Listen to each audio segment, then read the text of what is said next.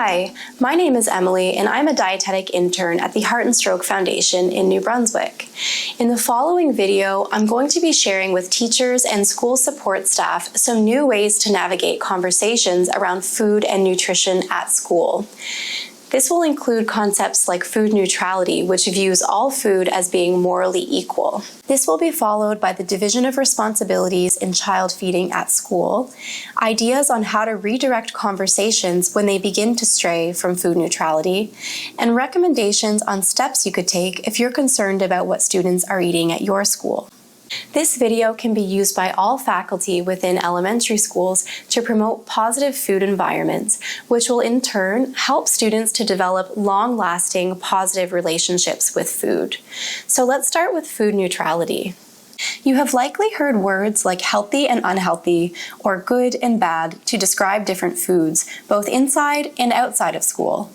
This very common way of describing food comes from the intention to prevent diseases like heart disease and diabetes later in life, and it's now made its way into our everyday language.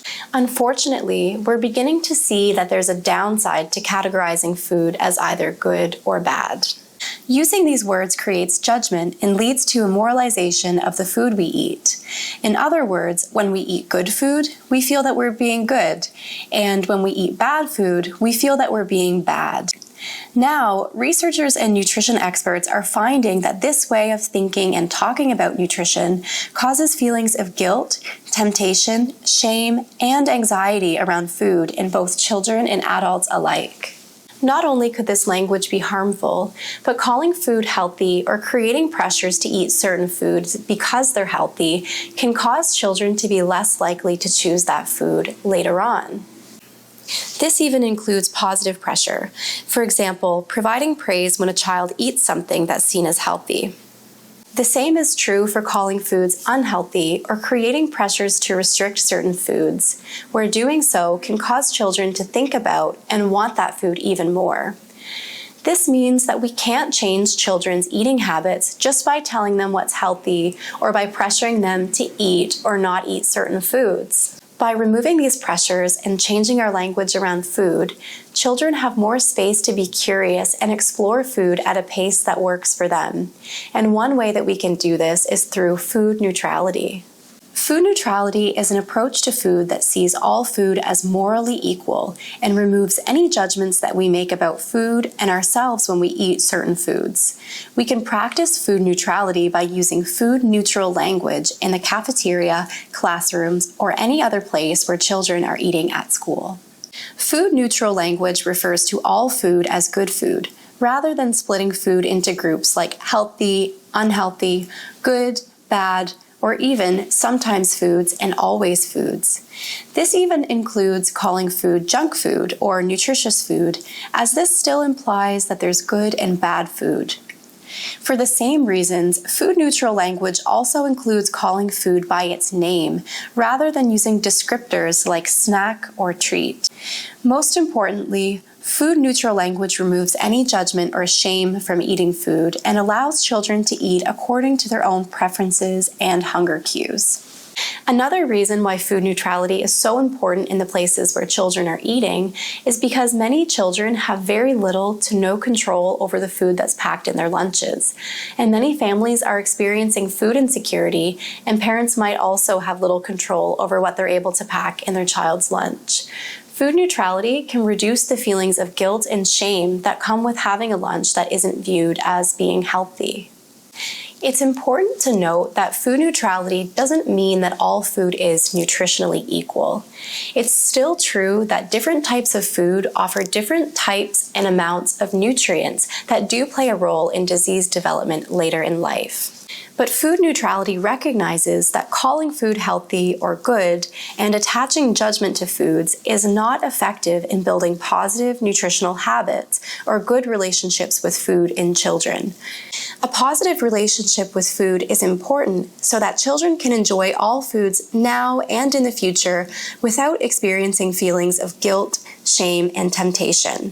It's also important to reflect on what comes to mind when we think about the word health. Physical health is often seen as the most important type of health. However, our ideas of health can be broadened to include and share equal weight with other types of health, such as mental health, social health, emotional health, cultural health, and spiritual health, which are all connected to food. For example, a student could be eating a cultural food that might not seem like a nutritious meal.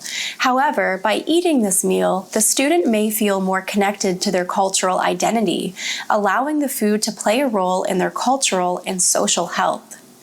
And since eating is a sensory experience, food can also be a source of pleasure and fulfillment, which allows food to play a role in each of these different types of health, including emotional health, social health, and mental health. Food neutrality makes space for thinking about health more holistically, since it removes thinking and talking about food in terms of how good or bad it is for your physical health. And along with food neutrality, another approach that can be used at school is the divisions of responsibilities in child feeding.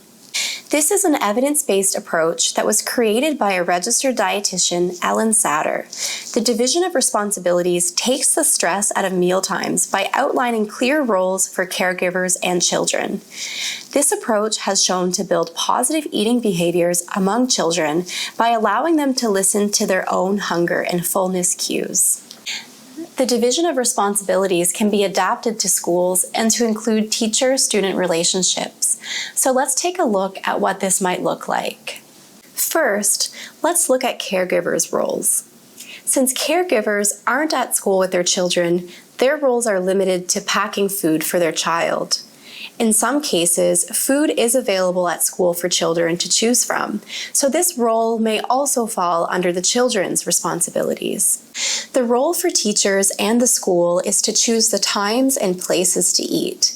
For example, having designated eating times and spaces like a cafeteria or a classroom.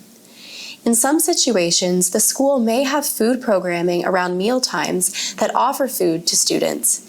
And in these situations, all food should be offered in a food-neutral and pressure-free way.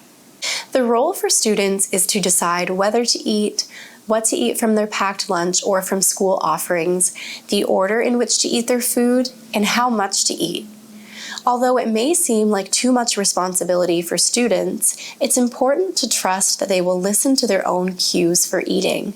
This will help them to develop long-lasting, positive relationships with food. Conversations about how healthy or unhealthy a certain food is will undoubtedly still come up around students at your school. One technique is to shift the focus to the non-health related traits or the sensory traits of the food. Let's imagine that someone at school has mentioned that an apple packed in a student's lunch is good because it's a healthy snack. Some non-health related responses could include, "It looks delicious. How does it taste? Wow, that apple has such a bright red color." Or, "Is that a Honeycrisp apple? Those are my favorite." These same types of responses can be given for foods that are considered unhealthy too. Even though it might seem counterproductive to your student's health, it's important to remain neutral and remember all of the other types of health, such as cultural health and social health. Even if a food might seem unhealthy, it may be good for the student in terms of their cultural identity and belonging, or even simply for their own pleasure and fulfillment. It's also good to remember that pressure to eat or restrict certain foods will usually have the opposite effect anyways. These techniques will help you to shift conversations at your school to being more food neutral in a way that doesn't create uncomfortable situations.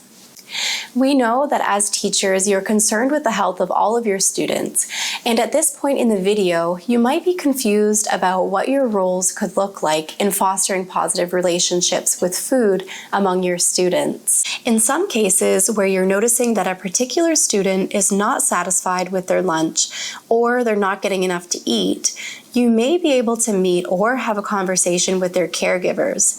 It's important to remember that food insecurity can play a big role in what parents are able to pack their kids for lunch. Caregivers could also struggle with time constraints or mental health, which also may affect their ability to pack their child's lunches. So it's important to approach the conversation with this in mind. Another alternative would be to look at school food programming. School food programming can improve food access and allow students to explore and try a variety of food on a regular basis. This recommendation is based on the fact that children build preferences over time through easy access and through many exposures and opportunities to explore food. Physical health is still important, and so is the role that nutrition plays in shaping it. School food programming offers the opportunity to provide students with food that's high in certain nutrients, which will shape their preferences without needing to moralize or create negative relationships with food among children. School food programming could include school gardens, cooking classes, backpack and food pantry programs, and breakfast and lunch programs that offer either full meals or add-ons. Schools can be limited in what they're able to offer, and we know that teachers often end up paying out of their own pocket for students' food. Funding and grants may be an opportunity to explore with your community school coordinator or administrator to support food programs at your school. Using these approaches will provide students with the ability to explore a wide variety of food, which will promote their health in all senses of the word by building their preferences as opposed to compelling them to restrict or control their intake based on what is seen as good for their physical health. In summary, food neutrality is an approach to food that views all food as being morally equal and can be used by teachers and school support staff to promote positive relationships with food among their students. Food neutrality includes referring to all food as good food, as opposed to labeling food as healthy or unhealthy. Along with food neutrality, the division of responsibilities in child feeding can take the stress out of mealtimes by outlining clear roles for school staff and children. And lastly, school food programming can improve access and allow students to explore and try a variety of food on a regular basis. These approaches can promote health and positive relationships with food among students. Thank you for watching, and I hope that the information in this video will help you to build positive food environments at your school.